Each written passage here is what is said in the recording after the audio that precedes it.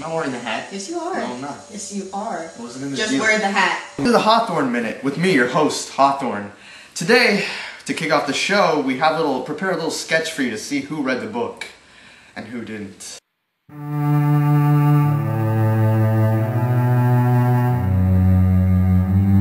Pearl, think of what your Heavenly Father would think if he saw you bothering your mother on such shame.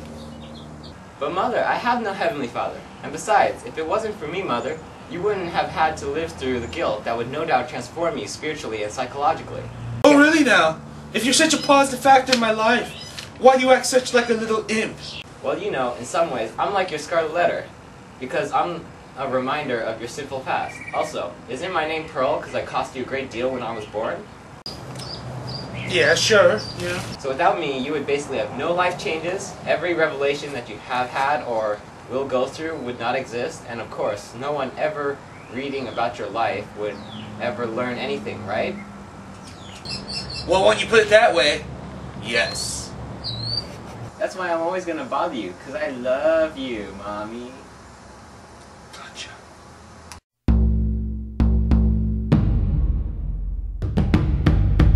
So you know, it's been the same as always. Except this time I'm living with a man. And I'm dying from an unknown sickness. But life's been great. How about you?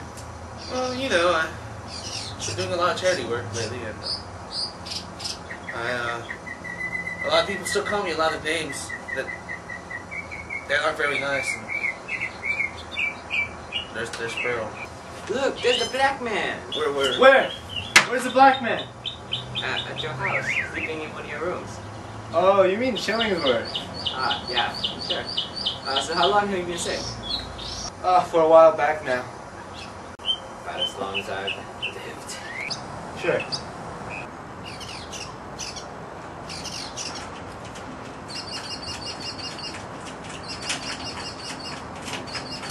Pearl, do you know who your father is? The rose bush? My mother plucked me off of it. Close enough. Will you give me a kiss, Pearl? Give a lonely man a kiss. Go on, kiss him. Will he come to town, holding our hands? Probably not. Then no! Don't kid me with your black man lips. I can really feel your inner darkness. Pearl, that's enough. Hester, I'm truly sorry, but with God as my witness, for what it's worth. Oh, no, Dempster. Oh, I love you, Hester. Pearl, will you give me a kiss?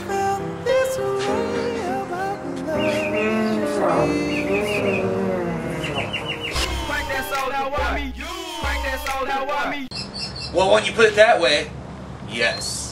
Don't worry, be happy, don't worry. Man, I love that book. To fill you in on how the show goes, now that you all know about the book, we're going to bring in some guests today to talk to me one by one about the role in the book and how it was like, so on. Okay, to give you a little preview, stairs, light, Yeah! Oh, yeah! and colors. Yeah! Come on down. And drapery. Alright. For all you Scarlet Letter fans out there, already know about them. You get to know them on a personal level today. Alright. Let's bring out guest number one. Stairs. Yeah! I'm here, the stairs are here. What's up, yo? Mr. Stairs, is it? Yes, it is. Mr. Don't Fall on Stairs. Well, good to have you here. If you don't mind, can you tell me how you were important, significant in the book? I read the book and I don't even know what you did. Ha-ha! An amateur's reader's mistake, my good fellow. As you would read in chapter 2, I'm a big part of this story. Seeing in its mostly deep symbolism, I serve as a pathway of sorts, up to heaven and down to hell. How you didn't see that, I don't know, but it's pretty obvious. I represent the theme because I represent the path to redemption. Aha, so now I get it. You represented to redemption. Yes, exactly. Wow, you really did read the book. So yeah. I'm kind of a big deal. Well, for our next guest, let's give a big round of applause for, wait a second, this can't be right. Someone check this. Alright, whatever. Curtains! Yeah! Come on down. Curtains are in the house. Ooh, yeah, can't touch this. What part did you play in the book, Curtains? You don't sound very important to me. Ha, I was extremely important. I was a symbol that allowed Hawthorne to show the difference between light and dark. Chiaroscuro, man. I separated light from dark. You know how I let the light go on Pearl, not on that other girl, Hester.